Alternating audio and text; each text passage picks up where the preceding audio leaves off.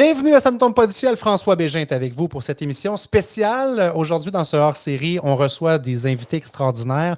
On a Vicky Jobin qui va être avec nous dans quelques instants, qui est leader au réseau Mallette du Cercle des experts RH et se joindra à nous un petit peu plus tard dans l'émission Anouk Fortin-Lapointe, qui est directrice des ressources humaines au meuble South Shore. On va parler de ressources humaines aujourd'hui, ça ne tombe pas du ciel. On va parler des RH. Vous le savez, vous êtes entrepreneur, vous nous écoutez. C'est probablement ce qui est le plus rare aujourd'hui, trouver des gens de talent et non seulement les trouver, mais les garder chez nous. Donc, comment on fait pour garder des ressources de talent? On a deux expertes du domaine qui vont nous parler. Vraiment content de les accueillir. On parle de RH. Ça ne tombe pas du ciel, les RH. Il faut trouver des bonnes personnes, puis il faut les garder. On part ça quand? On part ça maintenant.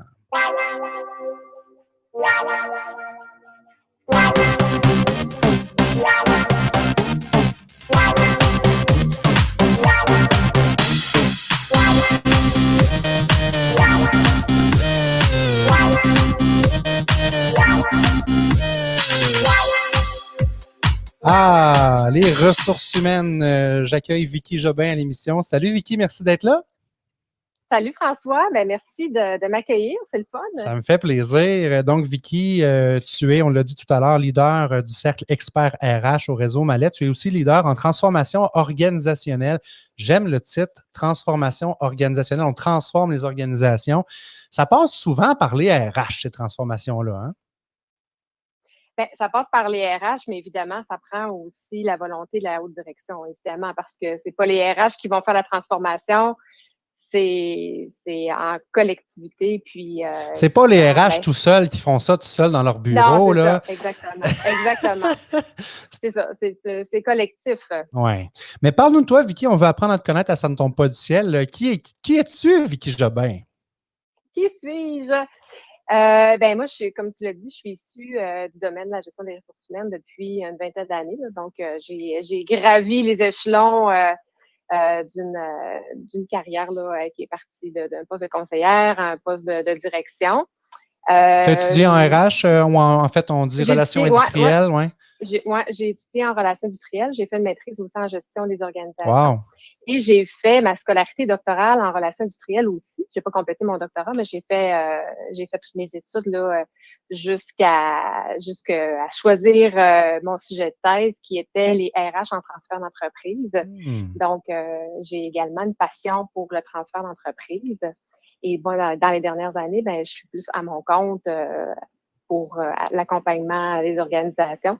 Donc, j'ai fait dans mon parcours est arrivé un Y, puis ça branche plus de consultation là, pour accompagner les entreprises. C'est quoi que tu dirais que tu observes chez tes clients, dans le fond, là, ou des gens qui ne sont pas tes clients, mais qui devraient l'être, le besoin le plus criant là, quand on parle de ressources humaines ou de transformation? Est-ce qu'il y a encore de la vieille mentalité que, bon, les patrons sont en haut? Tu sais, on s'entend qu'il y a beaucoup de nouvelles pensées, de nouvelles façons de gérer au niveau de la gestion, d'être sur un processus qui est plus, pas équitable, mais transparent. Je pense que la transparence en gestion est de plus en plus là. Qu'est-ce que tu dirais qui est l'élément numéro un que tu observes, là, que les gens ont besoin de tes services? Tu l'as dit, hein, la hiérarchie est encore très présente dans les organisations.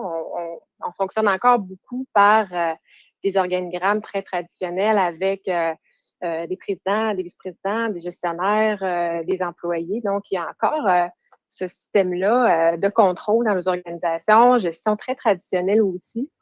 Moi, le besoin que je vois dans les prochaines années, c'est vraiment de s'adapter au nouveau marché, de s'adapter à la génération montante.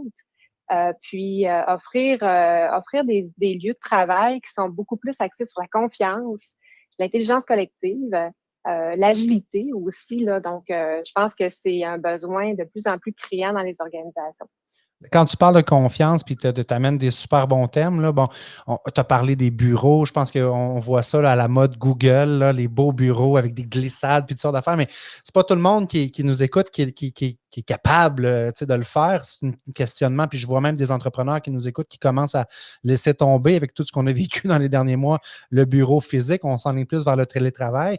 Mais l'aspect de la confiance, pour moi, fait beaucoup de sens dans ce que la nouvelle génération qui pousse veut voir. Puis même moi, je m'inclus là-dedans aussi. Tu sais, j'en ai vécu des postes où est-ce que Ah, tu sais, il n'y a pas beaucoup de latitude, ne serait-ce qu'au niveau des choix de vacances. Tu ne peux pas prendre plus qu'une semaine de vacances, tu ne peux pas en prendre 2 collés. Pourquoi? Tu sais, dans le fond, on ne fait pas confiance que si je prends plus de vacances, le travail ne sera pas fait. Tu sais. Il faut aussi donner de la latitude à nos employés, de dire, ben, regarde, moi, je m'attends à ce que ton rendement, ça soit ça, puis on le clarifie, là, tu sais, on clarifie les attentes.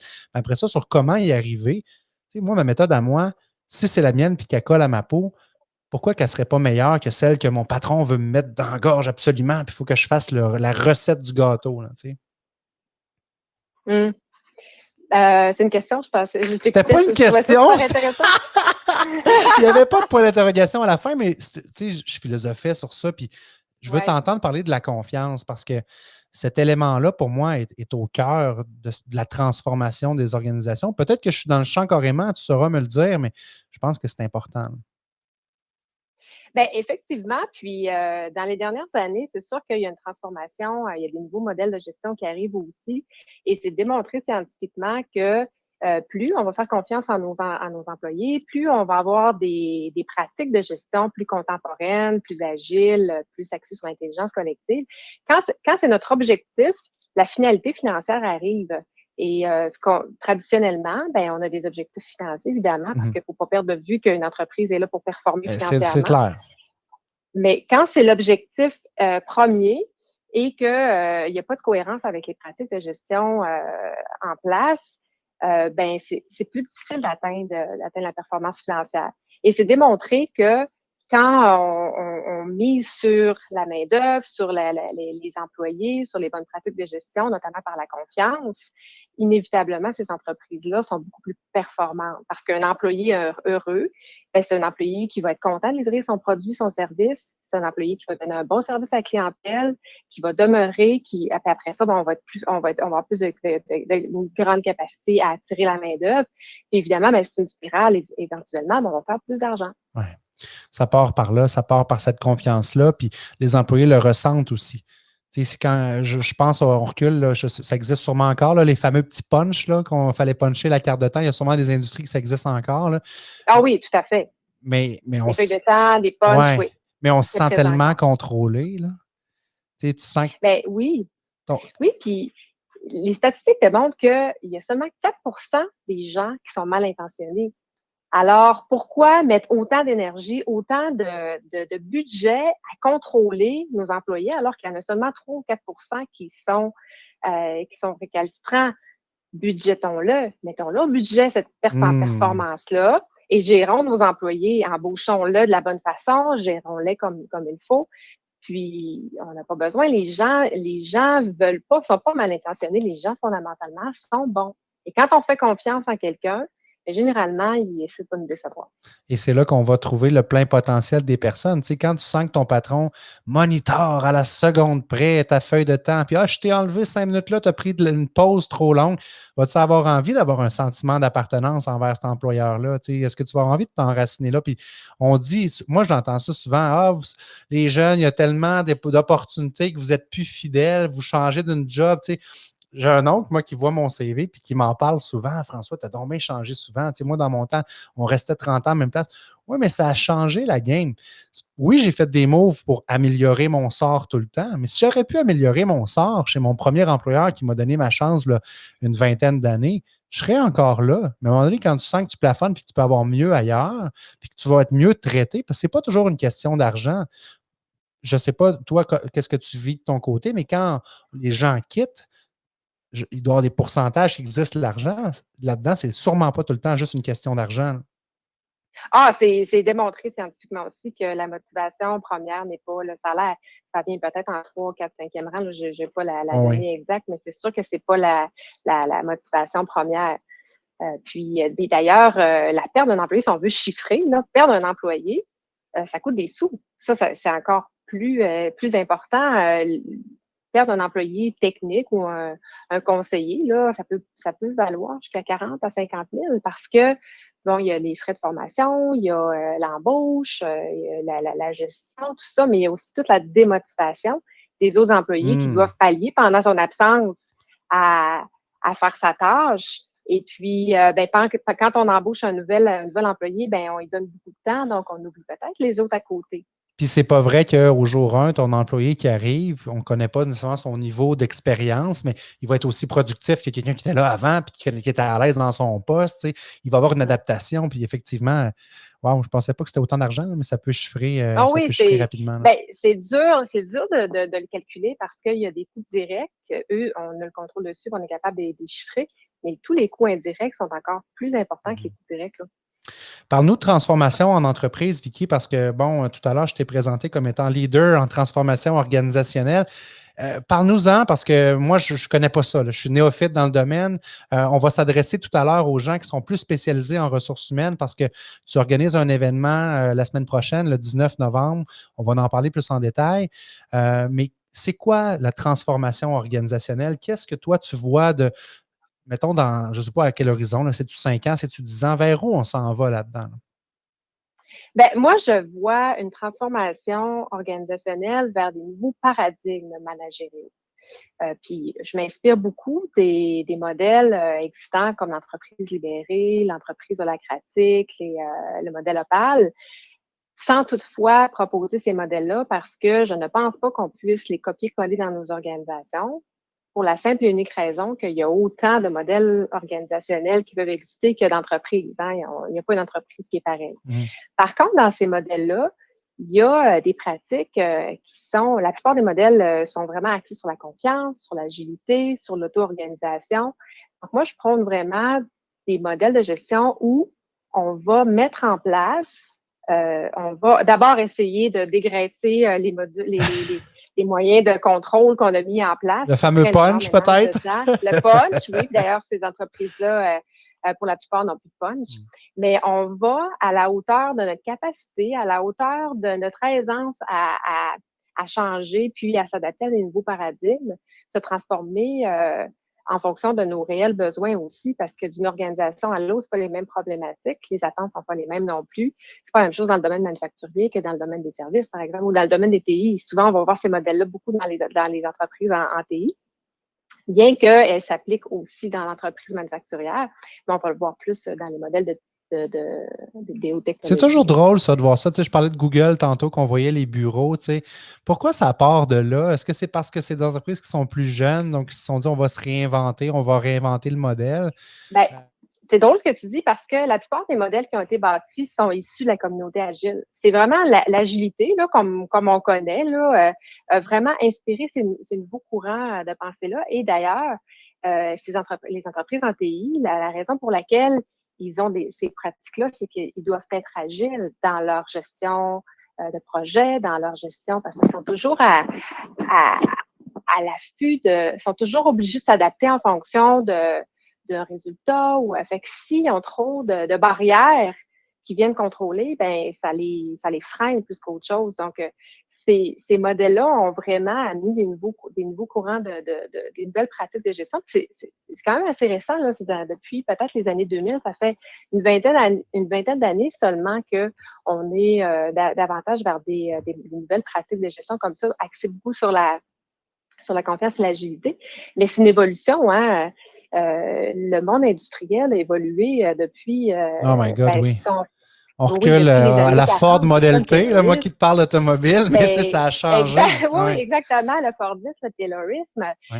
Puis, c'est des rapports de force, ça a été des stratégies autant des syndicats que de la partie patronale pour justement venir casser le rapport de force de l'autre. Puis graduellement, ben c'est inséré une pénurie de main-d'œuvre, un taux de chômage plus bas. Fait que le contexte s'est tellement transformé autour de nous que là, on a commencé à aller vers des pratiques beaucoup plus souples. Parce que, évidemment, tu l'as dit d'entrée de jeu, le défi, c'est d'attirer et de retenir la main-d'œuvre. Donc, on essaie d'être de plus en plus et toujours de plus en plus créatif. Moi, ça fait 20 ans que je suis dans le domaine. Il y a 20 ans, c'était pas ça. Il y a 20 ans, on commençait à peine à échanger dans des cercles pour dire, ben, toi, tu fais quoi? Puis on n'était pas là, mais en 20 ans, ça s'est complètement transformé. Là, on n'est plus ce qu'on était. Là. Et parle-nous, OK, on sort la boule de cristal. Là. Je veux que tu nous parles du futur, là, dans un autre 20 ans d'ici, parce qu'on s'entend que des changements et des transformations, comme il y a l'être humain derrière ça, puis qu'on a plein de couleurs différentes, nous les humains, ça n'arrive pas du jour au lendemain. Il faut prendre le temps de mettre les choses en place. Tu pourras nous en parler des bonnes pratiques pour implémenter ces changements-là, mais mettons qu'on se voit là, dans un avenir un peu plus lointain. Tu la vois comment, l'entreprise de demain?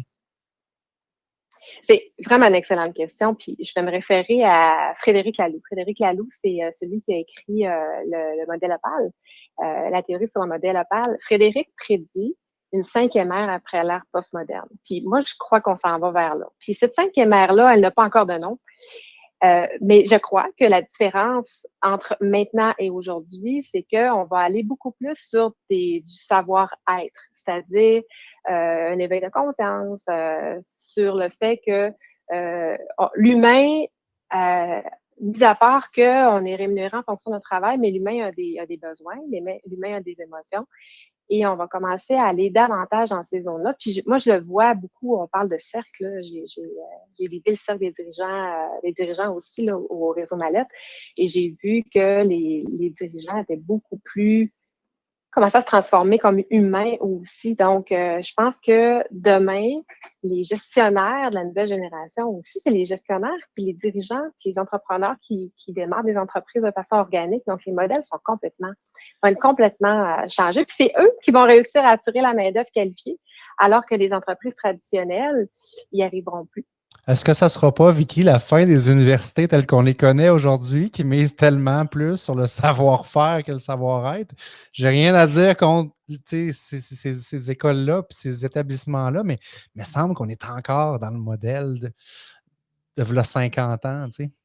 Oui, mais si tu regardes les planifications stratégiques des universités, juste ici au Québec, ça a mis une pression très forte là, sur les méthodes d'enseignement. Moi, on a reçu justement Sophie Damour dans notre cercle, puis elle nous a Oh! présenté ça. Beaucoup plus axé sur la collectivité, des valeurs développement durable, des valeurs travailler entre départements. Mhm. Puis je me souviens qu'elle nous disait, une université, c'est long, hein, c'est des scientifiques, puis c'est long, c'est comme la science, hein, ça évolue pas très rapidement. Mais ils sont vraiment conscients qu'il faut qu'ils se transforment plus rapidement que dans les dernières années. Donc, la transformation des universités va se faire beaucoup plus rapidement dans les prochaines années qu'elle s'est faite dans peut-être les On va 50, 60 accélérer le dernières. Là. processus. Puis, est-ce que parallèlement à Ouais. ça, ça va s'accélérer aussi au niveau de la transformation des organisations? Est-ce qu'il y aura, parce que bon, tu nous parles que l'être humain au cœur de ça. Moi, je l'entendais, ça, quand j'ai commencé à travailler, dire on engage pour les aptitudes, puis on congédie pour l'attitude. Tu sais, c'est quand même du stock qu'on entend, mais est-ce que réalistement, ça se fait comme ça? Tu sais, c'est plus vrai qu'on engage juste pour les aptitudes. Là. Je pense que c'est dur en même temps quand tu fais un processus d'embauche, d'essayer de cibler c'est quoi les valeurs de la personne, comment est-ce qu'elle a au niveau comportemental, comment est-ce qu'elle va se comporter avec les autres. C'est dur à évaluer. Oui, mais il y a de plus en plus des outils qui nous permettent de l'évaluer aussi, qui sont quand même assez prédictibles. Là. Donc, si on a des bonnes pratiques de dotation avec des outils psychométriques, des bonnes entrevues, je pense qu'on est quand même capable de bien déceler Cibler, là, ouais. les gens, les talents qu'on va recruter. Ouais. Good. Ben, Vicky, je le disais tout à l'heure, donc au réseau Mallette, tu es leader du cercle d'experts en RH. Parle-nous-en un peu parce que j'ai des auditeurs qui n'ont aucune idée qu'est-ce que ça fait, ça, un cercle d'experts RH, le réseau Mallette. Même, on a eu la chance de recevoir Julie Blackburn qui est venue nous en parler à Ouais. l'émission il y a quelques semaines.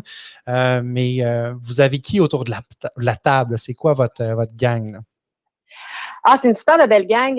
Nous, François, on a eu, ben, comme tout le monde, hein, on a vécu une pandémie ensemble. On s'est soudés très serrés à toutes les semaines, là, les membres, pour discuter de tout ce qui se passait, toutes les nouvelles politiques et tout ça. Et c'est sûr que le cercle s'est aussi transformé là, depuis la dernière année, justement, avec tout ce qui s'est passé. On a perdu quelques membres, on en a eu beaucoup de nouveaux aussi. Je dirais que cette année, moi, c'est la troisième année que j'anime ce cercle-là. C'est vraiment une belle cuvée où on a vraiment élevé le niveau je dirais, de responsabilité puis d'expérience des membres. Donc, beaucoup de membres de direction des ressources humaines. qui sont davantage collés sur les stratégies organisationnelles, collés sur les décisions des dirigeants des entreprises, donc à arrimer les stratégies de gestion en fonction des stratégies organisationnelles. Donc, c'est une super belle cuvée. Moi, c'est la 3e année, puis j'ai réalisé ça il n'y a pas si longtemps. Hein. C'est que la première année, on a, comme tous les cercles, là, on mise sur une programmation qui on est dans les connaissances, qui va, moi j'ai développé beaucoup cette programmation-là avec les membres, avec leurs besoins, avec leurs attentes, tout ça, par les membres et pour les membres, comme je dis. Donc, c'est vraiment eux qui ont décidé. Puis bon, nous, comme leaders, on va faire les différents contacts là, avec les experts qu'on fait venir dans nos cercles. Mais on fait du co-développement aussi. Là, nous, on a décidé cette année de faire sur des sujets bien précis qu'on fixe à chaque rencontre, là, en lien ou pas avec le sujet de l'activité du jour. Ouais.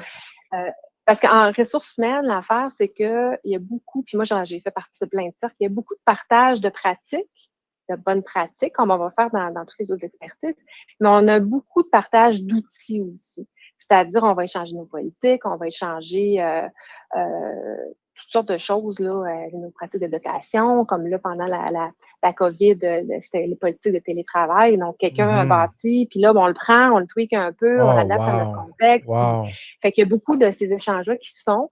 Et le cercle veut pas est rendu, mis à part qu'il y a plusieurs nouveaux membres, mais je pense que le cercle est quand même rendu à une certaine maturité puis à un niveau de confiance pour qu'on puisse arriver à ces niveaux-là. Mais là où moi, après 3 ans, parce que la première année, c'est de comprendre un peu tout ça, mais j'ai réalisé beaucoup en fonction de mon expertise, mais en fonction aussi avec les besoins de mon cercle. Ce que j'entendais, dans les dernières rencontres qu'on a eues, c'est qu'est-ce qui va se passer avec notre profession? Parce que on ne sait pas, hein, on n'est pas capable de prédire qu'est-ce qui va se passer, là. Je veux dire, la fameuse boule de cristal de tantôt est dure à évaluer. Là. On le sait pas. Alors, c'est une préoccupation de mes membres de dire qu'est-ce qui va se passer avec cette pratique-là. Et si on fait le lien avec la transformation organisationnelle, évidemment, on ne sera plus dans des modèles traditionnels. Puis, je pense que cette fonction-là est vouée à se transformer également vers des rôles peut-être plus d'accompagnement, de transformation, de conseil, mais moins traditionnels parce que les ressources humaines, on est un département de contrôle. Hein? On va se dire les vraies affaires, on va mettre des politiques en place, on va s'assurer de les respecter. Moi, Vicky, je me permets de parenthèse parce que j'ai un background plus vente dans la vie. Puis j'ai souvent travaillé avec les profils Insight. Tu vois d'ailleurs que mon jaune est très, très fort. Mais pour moi, les ressources humaines, c'est pas loin de la comptabilité, en termes de personnalité. Là, des gens plus cartésiens, plus organisés. C'est correct, c'est parfait. Là, mais est-ce qu'il n'y aura pas une transformation de ça tranquillement aussi? Là? Oui, j'espère, puis 2, je le crois. Parce que si on va aller vers des modèles beaucoup plus agiles, puis il va falloir qu'on soit plus ouvert, plus réceptif, qu'on fasse plus confiance. Mais là, c'est sûr qu'on a un travail de sensibilisation, on a un travail de travailler en collaboration aussi avec nos gestionnaires, qui eux aussi sont habitués à des modèles. On a des paradigmes, ça, ces paradigmes-là, c'est pas tant la profession, c'est la société qui Tout les le monde amène. en a, exactement. Ben oui. Alors là, il faut casser les paradigmes d'une vie de chaque personne. Donc, il y a quand même beaucoup de travail à faire. Mais c'est sûr que moi, je crois que la profession telle qu'elle existe aujourd'hui, on ne pourra pas la copier-coller dans 20 ans. Je suis certaine de ça. Il va falloir revoir. Là, je pense que ça ne sera pas les mêmes besoins, les mêmes attentes. Puis de plus en plus, moi, j'ai vu cette année, j'ai vu des postes passer d'agents de transformation. À la CEPAC, par exemple. Cet été, j'ai vu ça. J'ai vu ça à l'Industriel Alliance. Et là, ça s'est collé en fonction d'un changement culturel de l'organisation. Et ils ont besoin d'agents de transformation pour venir intégrer ça en cohérence là, avec les nouvelles orientations. Puis, fait que je pense que de plus en plus, il va falloir aller vers là. Et puis, ça fait partie aussi de mes objectifs du cercle qu'on commence à réfléchir, à voir c'est ça que j'entendais. Donc, de commencer à la réflexion avec cette gang-là d'experts autour de la table, de la fameuse boule de cristal, de la mettre sur papier et de se projeter. Puis, OK, comment vous voyez ça, vous autres? Fait qu'il y a un peu de ce travail-là que vous faites ensemble dans votre cercle. Oui, bien, c'est un objectif pour moi de cette année là, d'amener le cercle là, à évoluer, à ce qu'on chemine ensemble vers la compréhension de notre futur, puis à préparer aussi, et puis à faire réfléchir, parce que si on n'y pense pas, ben on va garder le statu quo. Donc, pour moi, c'est un objectif de faire évoluer le cercle, mais à travers les membres eux-mêmes, puis à travers les experts qu'on reçoit, puis d'avoir des discussions orientées vers là. Puis, ben, un élément aussi que je trouve important, c'est que c'est une fonction qui est très demandée, et c'est une fonction pour laquelle c'est très exigeant. On est dans le secret professionnel tout le temps, dans la confidentialité, dans des gros projets, dans des gros dossiers. Et puis, je trouve qu'on en demande beaucoup. Puis, c'est des gens, c'est un peu comme les infirmières, hein, on est des gens de service. On a de la misère à dire non. Puis souvent, moi, j'ai vu beaucoup mes membres là, qui, eux, personnellement et professionnellement, avaient cette lourdeur-là, cette fatigue-là. Donc, je veux les aider aussi à cheminer au niveau personnel, de leur éveil de conscience et tout. Et de partager entre eux aussi une espèce de soupape où est-ce qu'on peut se faire confier en toute confidentialité à des pairs qui vivent des défis similaires, peu importe l'organisation. Tu sais, moi, j'ai la chance d'animer un tout nouveau cercle au réseau Mallette sur la Ouais, croissance durable, où est-ce que j'ai des entrepreneurs en croissance qui arrivent de ouais. plein de domaines différents, mais quand on voit que on a des réalités qui se ressemblent. On est tous dans le jus en même temps, on a toute la broue dans le toupette, on a tous des pieuvres qui faisons un peu de tout. Ben, qu'on soit dans le domaine A ou Y, ça ne change pas grand-chose à la fin de la journée. Là. Il y a l'être humain devant ça, puis de vouloir être une meilleure personne demain matin, mais je pense que ça fait partie de cette transformation-là qui s'amène dans notre société et dans nos vies tranquillement. Là. Ouais. Merci, Vicky, pour tout ça. Tu nous as amené un beau cadeau aujourd'hui. Tu voulais qu'on mette en lumière une des membres de votre cercle. On est content de l'accueillir avec nous, mais avant de l'accueillir, parle-nous un peu d'Anouk. On va voir Anouk Fortin-Lapointe dans quelques instants, qui est directrice Anouk des ressources humaines, du développement des talents pour Meubles South Shore. Parle-nous d'elle un petit peu. Pourquoi tu voulais qu'on invite Anouk? Oui, je vous parle d'elle certainement. Je suis assez contente qu'elle fasse, parce que c'est une nouvelle membre qui vient de rentrer cet automne. Anouk, je la suis de loin. Là, on se connaît pas depuis plusieurs années, mais moi, je la connaissais de loin. Là, elle a fait un parcours professionnel, puis elle était très impliquée dans les réseaux sociaux. Là, je la voyais, puis je la suivais, puis on s'est croisés à quelques occasions aussi, là, à différents moments là, sur des projets professionnels. Puis Anouk, je parlais de prise de conscience tout à l'heure, puis ça va faire l'objet. Je vais la laisser plus nous présenter ça, mais je ne veux pas vendre la messe. Non, non. Mais Anouk, je trouve que c'est le membre typique du cercle qui amène une valeur ajoutée avec des bonnes pratiques, parce que South Shore, Meubles South Shore est quand même une entreprise, bon, au réseau, on les a visités plusieurs fois là, pour leurs bonnes pratiques de gestion. Oui. Donc, c'est une membre qui va faire évoluer le groupe justement avec avec une philosophie, Un avec une agent de vision qui changement, est qu'on appelle différente. ça. Oui, ça va être Ouais. un bel agent, oui, un bel agent de transformation La pour le cercle, et profession qui et va pour le cercle. influencer Wow. positivement le groupe. Ouais. Ouais. Ben, merci pour cette belle présentation. On l'accueille avec nous, Anouk Fortin-Lapointe qui est là. Salut Anouk, bienvenue à Centre ton pas du ciel. Ben bonjour, vous allez bien? Ah, très bien. Merci de te joindre à nous. Plaisir. Donc, tu as pu entendre un petit peu nos échanges à Vicky et moi, Anouk. Je vais laisser aussi Vicky le soin de te poser des questions puis de mettre en lumière des éléments de Meubles South Shore et de ta pratique au niveau des ressources humaines. Mais comment tu résumerais tout ce que tu as entendu? Est-ce que tu dis, bon, ben, vous êtes complètement dans le champ ou ça fait du sens qu'on est en train de vouloir voir comme transformation? Bien, c'est sûr que nous, chez Meubles South Shore, la transformation, ça fait partie, je pense, de la culture, puis ça fait déjà plusieurs années qu'on la vit. On est leader, entre autres, dans tout ce qui est de vente e-commerce pour le meuble. Donc, ça fait vraiment partie de la culture et je pense que c'est ce qui permet aussi à l'entreprise de se démarquer. Fait que c'est sûr que c'est ma réalité au quotidien. C'est une réalité qu'on vit dans l'accompagnement avec les gestionnaires, dans le volet stratégique aussi. Donc, c'est sûr que pour moi, ça fait partie de ma réalité. et il faut s'adapter en tant que ressources humaines à justement les défis auxquels les départements font face. Donc, chaque département, tu sais, nous, on a du marketing, on a des ventes, on a de la logistique. Ils ont tous leur réalité, ils sont tous en transformation, ce qui fait que notre rôle RH change beaucoup au quotidien. Alors, je peux pas aller à contresens de ce que vous avez dit au point de départ. J'adhère et je suis entièrement d'accord. Ah, génial. Et puis, tu es nouvellement membre. Vicky nous l'a dit. Tu es arrivé au Réseau Mallette à l'automne. Tu es arrivé quand? Oui, début de l'automne, on a réussi, Vicky et moi, à se parler pour qu'elle me présente un petit peu le réseau, le cercle, voir un peu quel type de membre allait être. Et c'est sûr que Vicky a une passion qui est contagieuse quand elle parle du cercle. Donc, je me suis dit pourquoi pas. Puis jusqu'à présent, on a eu une première rencontre, une première journée d'échange. C'était très constructif aussi et très révélateur, là, l'activité qu'on a eue aussi. Donc, jusqu'à présent, je suis très contente d'en faire partie. Qu'est-ce qu'on a fait? Veux-tu dire qu'est-ce qu'on a fait, Anouk? Parce que je te laisse le présenter, mais Anouk était tellement belle à voir. Ah, wow! Vas-y. On est allé tout le groupe à la chevalerie de Valérie. Rappelle-moi son nom, Vicky Valérie. Valérie Dastou. Et voilà. Donc, elle a une super belle écurie avec des chevaux. On était un peu dans l'incertitude à savoir qu'est-ce qu'ils vont nous faire faire avec des chevaux.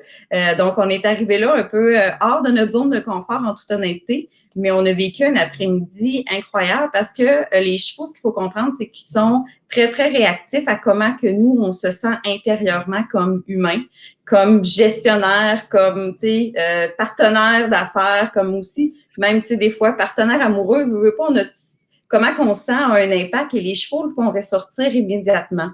Donc, c'est un peu ce que ça permettait de voir, c'est qu'on avait un cheval qu'on choisissait selon la présentation qu'eux en faisaient. Et par la suite, il fallait faire des activités avec eux, avec le cheval, donc le faire tourner autour d'un poteau, par exemple, ou le faire passer sur une bâche qui est quand même très épeurant pour un cheval. Et il fallait développer ce lien de confiance-là avec le cheval pour l'amener à nous suivre et justement arriver à faire ces petits exercices-là. D'ailleurs, désolée si vous entendez ronfler, j'ai des ronfleurs professionnels à la maison, des chiens. Je suis une amateur d'animaux, comme vous pouvez voir. Donc, j'aime mieux me dire si vous entendez ronfler, c'est vraiment mes chiens. Ah, ben ouais, c'est pas des petits chiens, ça, là, sur les entend ronfler, là. Non, c'est ça qui est drôle, c'est que ça va pas avec le format du Ah chien. non! Non, c'est des petits Boston terriers, ils sont pas gros, mais ils ronflent très fort. Mais pour en revenir à l'activité, ça a été très révélateur parce que c'est vrai que selon l'attitude que tu as avec un cheval, il va changer tout de suite, il va s'adapter, il va te suivre, il va arrêter de te suivre. Donc, ça a été vraiment incroyable. Et moi, j'ai eu une connexion, hein, on peut pas qualifier en mots avec le cheval que j'avais, Véronica. Je pense que c'est une relation quasiment d'amour qui s'est créée. À la fin, elle me donnait pratiquement des bisous, puis c'était vraiment incroyable. Mais pour moi, ce que ça a eu comme effet, c'est que ça m'a permis de, excusez l'expression anglaise, mais de me grounder dans le moment présent. Donc, j'étais concentrée sur Véronica, ce qu'il fallait faire. Puis, je voyais au fur et à mesure mes interactions avec elle, comment je me sentais. Et puis après ça, ben c'est ça, comme je dis, tu peux transposer ça facilement à tous les rôles que tu as dans ta vie, dont celui de directrice. Mais comme je dis, tu sais, partenaire amoureux, peu importe, on a toujours un impact sur les autres, fait que ça permettait un peu de réaliser justement l'interprétation des autres puis l'interaction qu'on peut avoir. Wow, très intéressant comme activité. J'aurais aimé voir ça, puis je suis convaincu effectivement que ces bêtes-là ressentent. Ouais. Avec ton cercle, l'équi-coaching, c'est sur le leadership. Là, donc, ça te met ton miroir de leader en plein visage. Puis, vraiment. Ça faut que tu apprennes à te faire confiance d'abord, mais à faire confiance aussi à ton animal. Puis moi, ça a été ça, parce que moi, j'ai participé, puis j'ai vécu aussi. Là. Ça a été d'apprendre à faire confiance à cette grosse bête-là. Mais si je peux me permettre pour faire la transition, parce que à la suite de cette rencontre-là, j'ai eu un échange avec Anouk, puis elle me disait que durant cette première rencontre-là, elle a eu la prise de conscience, elle a réalisé ô combien elle avait cheminé dans sa vie personnelle dans les dernières années. Quand elle a vu les défis que les autres rencontraient, ça l'a vraiment mis son miroir à dire oh, OK, je réalise aujourd'hui que dans les dernières années, j'ai évolué personnellement et professionnellement. Puis je te lancerai ça pour que tu poursuives là-dessus, Anouk. Oui, puis c'est drôle parce que j'ai eu ces discussions-là récemment aussi avec des gens de l'équipe RH. Justement, à l'activité d'Equi-Coaching, il y avait un moment donné où est-ce que Valérie nous disait, si vous, demain matin, vous vous regardez dans un miroir, comment vous vous décrivez en tant que personne RH? Et, tu sais, un réflexe qui est souvent là au niveau RH, c'est un peu d'être toujours disponible, toujours présent, d'un peu prendre les problèmes des autres sur soi, puis d'essayer de les régler avec les gens. Puis c'est tout à fait normal. Puis j'ai réalisé que j'avais beaucoup ces réflexes-là aussi au point de départ, de toujours vouloir être là, puis toujours vouloir en faire plus. Et je suis encore très impliquée dans mon organisation. J'adore travailler avec les gestionnaires, mais c'est juste qu'à un moment donné, moi, comme personne, je me décrivais plus comme une personne assumée en tant que professionnelle qui connaît ses forces, mais ses points en amélioration, ses points à travailler aussi. Puis justement, qui a arrêté un peu de prendre le singe des autres sur ses épaules, mais qui travaille beaucoup plus en accompagnement et en coaching. Donc, pour moi, c'est un gestionnaire d'une situation, je vais être là pour l'aider, l'accompagner, mais je veux qu'on chemine ensemble, je veux qu'on travaille en collaboration et non, je suis la sauveuse et je vais tout régler. Donc, c'est un peu ça que j'ai réalisé que depuis le début de ma carrière, là, j'avais eu ce cheminement-là, puis c'est un cheminement qui est autant personnel que professionnel. Donc, c'est un peu ça que ça m'a fait réaliser. Puis le fait de, tu sais, il y a des gens qui disent, ah, je suis toujours disponible. Moi, maintenant, j'adore aussi avoir mon temps personnel, ma petite bulle plus personnelle avec mes activités. J'ai aussi réalisé que j'ai d'autres moyens de m'épanouir aussi en tant qu'individu. Donc, c'est tout ça que ça me permet de réaliser. Des fois, ça prend une activité comme ça où est-ce qu'il faut mettre en mots quelque chose, une situation, quoi que ce soit. Puis c'est ça, j'ai réalisé tout le cheminement que j'avais fait depuis le début. Ben, bravo, Anouk. Puis c'est génial d'entendre ça de la part de. Parce que même aux ressources humaines, il y en a sûrement des cas d'épuisement professionnel puis de gens qui n'arrachent parce qu'ils se donnent corps et âme. Mais en même temps, tu dis, My God, ça serait pas à votre rôle, quelque part, de montrer l'exemple du fameux équilibre travail, famille. L'équilibre est dur à atteindre, là, c'est plus de l'équilibre qu'on parle, mais tu sais, de dire, ouais, OK, mais moi, là, non, c'est plus vrai que je suis disponible en tout temps, puis tu peux me rejoindre la fin de semaine sur mon cellulaire, puis que je vais prendre mes textos tout le temps. Tu sais. Moi aussi, j'ai une vie, puis je décroche, puis wow, bravo de le faire. Mais je pense que ça vous revient un peu aussi de l'aider par l'exemple, tout comme tu as su le faire avec cette collaboration-là, communication-là interdépartementale. Je suis sûr que ça donne de l'inspiration aux gens chez Meubles South Shore de faire un petit peu comme vous le faites au RH, puis comme toi, tu le fais, Anouk, aussi. Fait que chapeau là-dessus. Oui, puis c'est sûr que, tu sais, je suis dans une organisation qui prône déjà beaucoup cet équilibre-là. La famille est très importante pour les Meubles South Shore, puis on le voit aussi dans la façon où est-ce que, tu sais, le temps supplémentaire, c'est pas si bien vu là, dans quelques occasions, mais je suis chanceuse, j'ai trouvé une organisation qui est en adéquation.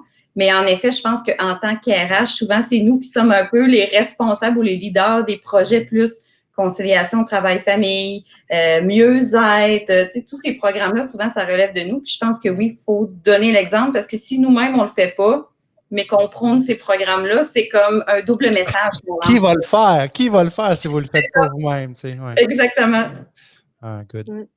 Vicky, on a une activité qui s'en vient. En fait, vous avez une activité qui s'en vient. Je m'inclus là-dedans. Je ne serai même pas là. Le 19 novembre prochain. Tu peux venir aussi. Ah, ben merci. On t'invite. Qu'est-ce que ça va? Qu'est-ce que c'est? De quoi il en retourne? Parle-nous-en davantage. Ben, justement, dans la visée, dans mes objectifs de cercle, de travailler sur la conscience de soi, sur prendre soin de soi, puis d'être un modèle, là, vous l'avez si bien dit dans les dernières minutes, être un modèle pour l'organisation. Ben, on les entend ronfler, là, Anouk, tes chiens. Ah oui! J'en ai deux. Fait que c'est deux bostons. Et voilà. La nuit, elle dit 3 à ronfler comme ça. L'histoire le dit pas. Mais eux, je vous confirme que oui. Alors, c'est ça, dans cet objectif-là, ben, puis le cercle aussi, on veut y amener de valeur ajoutée aussi cette année. Il y a une programmation, mais on veut aussi offrir entre les sessions des moyens de continuer d'échanger entre les membres. Hein. On l'a vécu pendant la pandémie, ça nous a fait du bien, ben, on veut pas perdre ce contact-là. Alors, c'est une invitation à notre groupe de partager sur l'expérience d'Anouk.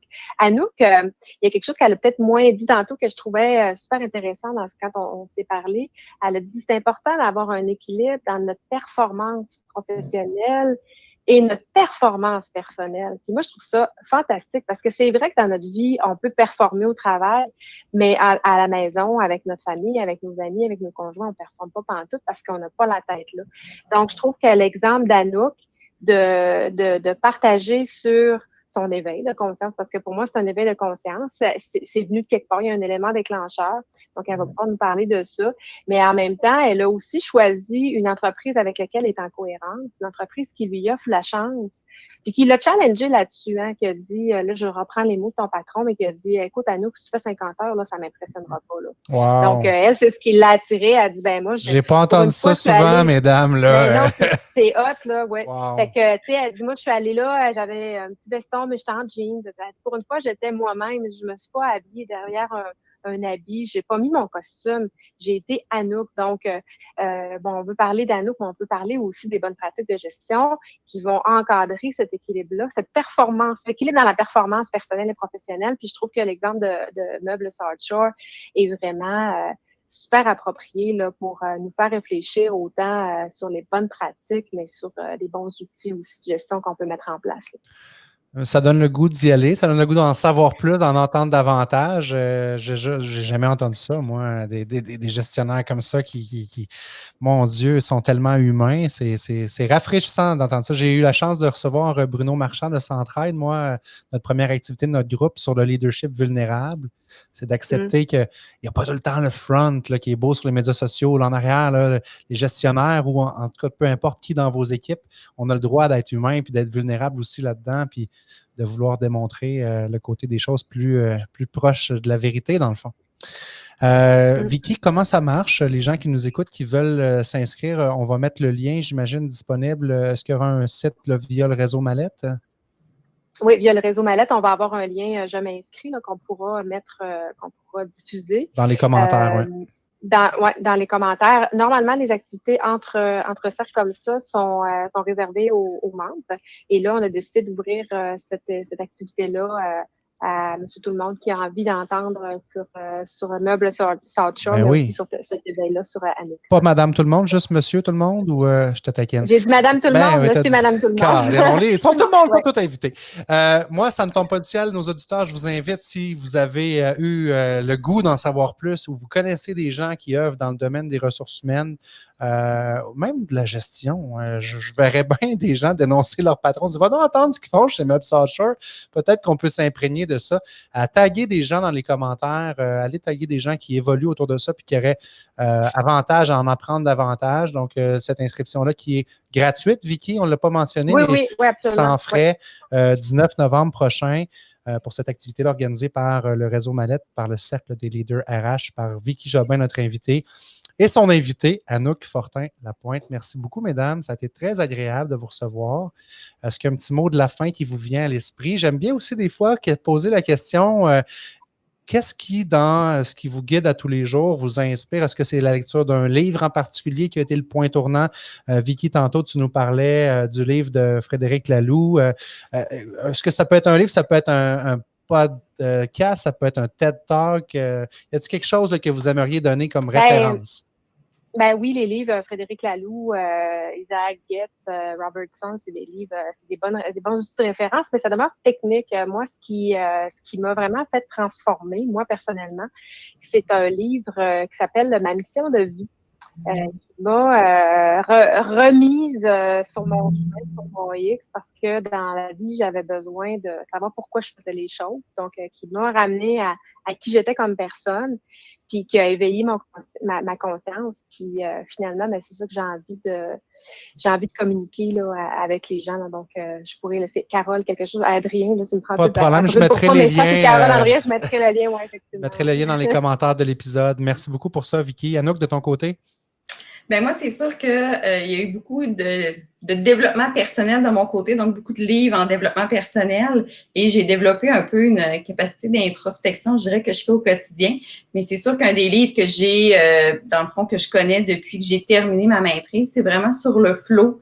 Et je pourrais envoyer l'auteur parce que je veux pas le prononcer, je vais le massacrer comme dans d'auteurs, en toute honnêteté.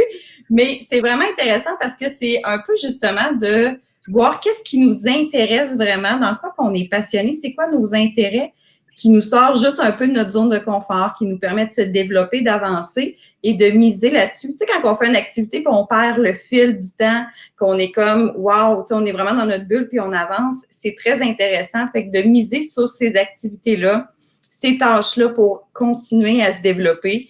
Puis moi, je l'utilise aussi pour le développement des talents à l'interne. Fait que pour moi, c'est un très, très beau livre, très belle aussi réflexion que ça amène. Ben merci, vraiment. Puis les filles, j'entends que vous êtes quand même dans un mindset similaire, tu sais, d'être sur le pourquoi, sur qui on est, se définir. Puis c'est comme ça qu'on réussit après ça à rayonner davantage puis à inspirer les gens autour de nous.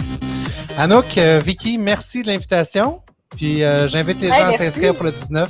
À très bientôt. Merci énormément. Ça a été un plaisir. Bye. Salut. Bye bye. Salut Anouk. Salut François. Bye.